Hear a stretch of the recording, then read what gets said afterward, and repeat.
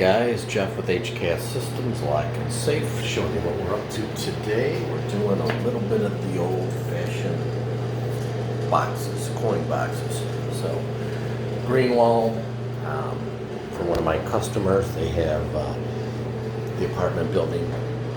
So I actually do the covers, and I also do the coin boxes. Sorry, it's loud in here. They use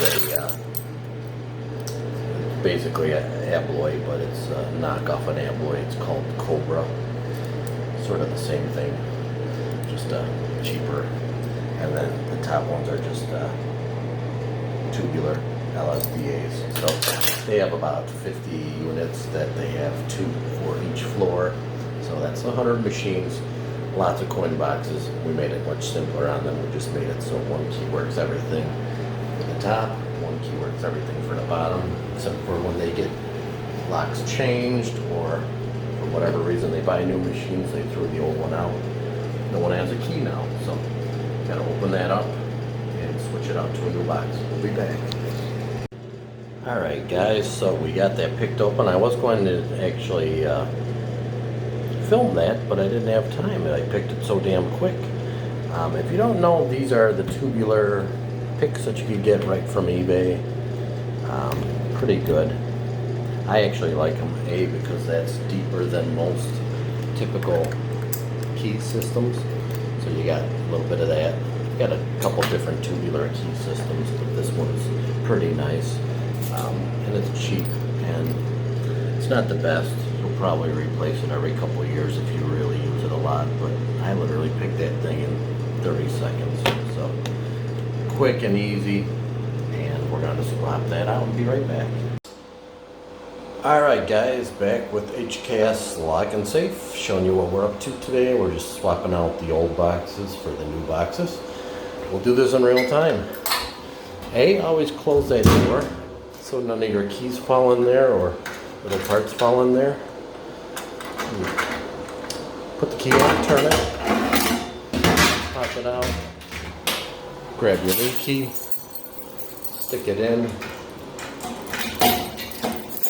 retract that. If you don't know, these systems basically, you can see how they work. They do it on all 4 sides, so it's a very robust and well protected lock system. So once you put it in there, it's all the way in the back.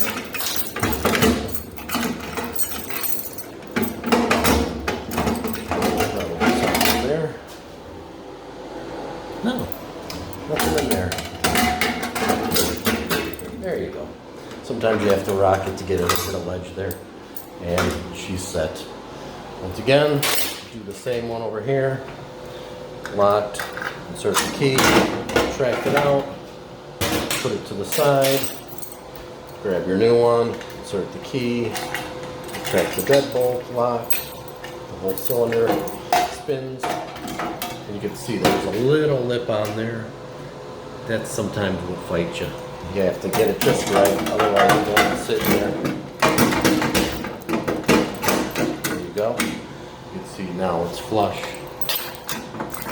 Turn the key, and she's locked. Alright? If you need service for this, HKS Systems Lock and Safe, 847-204-7046. These are vending machine locks. We do both coin boxes as well as the top lock, which is for servicing of coin counters and things like that. If you need that service, give us a call. HKS Systems Lock and Safe, 847-204-7046. Thanks. Good morning guys, Jeff with HKS Systems Lock and Safe. Just showing you a couple of our little tools that we have.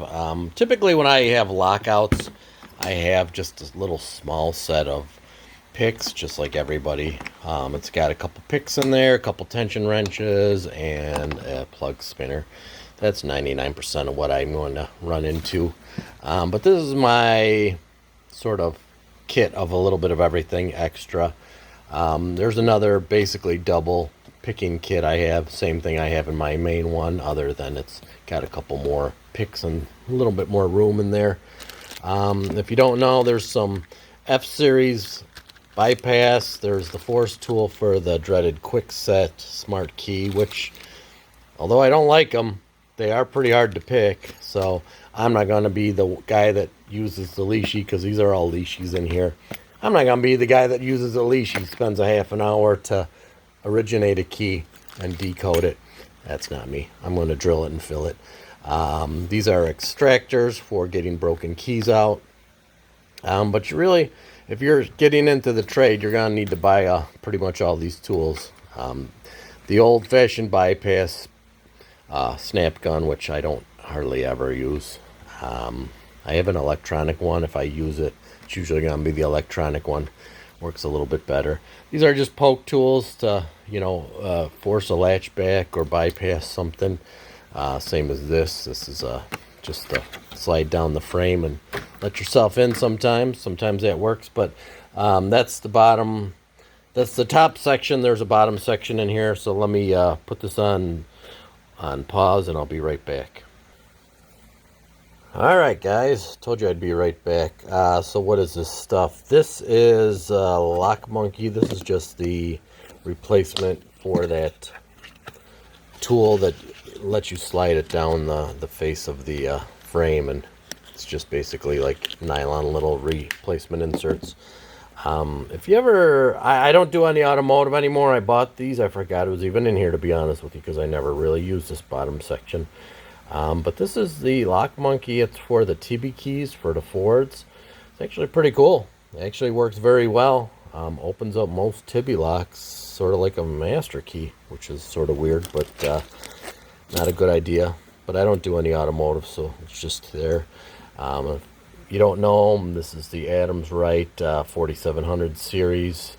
To retract that, different tension tool of some kind. These tension tools I bought, they're alright. They're sort of different. Anyways, I was doing a review the other day. These are the double picks for Chicago. You don't run into those too often anymore. But I was doing the lock boxes for the deposits for the coin boxes for the washer and dryer machines I was showing you. And I was talking about this pick kit. And I'm just going to show you why there are different pick kits. Typically, the one I'm going to is always going to be this one here. It's made by HPC. Sorry, I'm doing this one-handed. HPC, quick reset, and really nice tool. Probably the nicest I've had. I've had pretty much all of them throughout the years.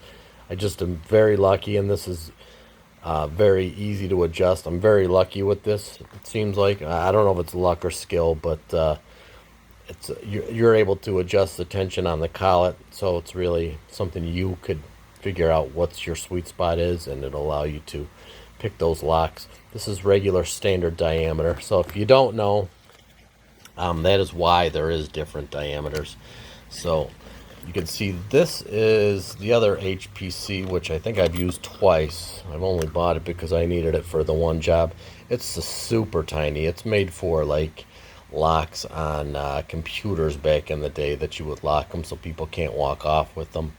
Little things like that. It's very tiny. I think that's, I'm not even sure what that is. It's probably like a 5mm, maybe, something like that. It's super tiny. But that was HPC as well. These are like the generic knockoffs that you could buy online, and they're not bad. Like I said, they're not great, but they're okay. Instead of having turning collets like most of the American locks, where you have a turning collet that is actually threaded, and you could adjust that. These use little rubber spacers. Let me just zoom into that really quick. These use rubber spacers, rings, to keep tension on it. So you could take some on or add some, or take some off, depending on how much tension you want for those to be pushed back. You probably want, once again, it's a sweet spot. You got to figure out what's good for you. I'm typically using either 3 or 4.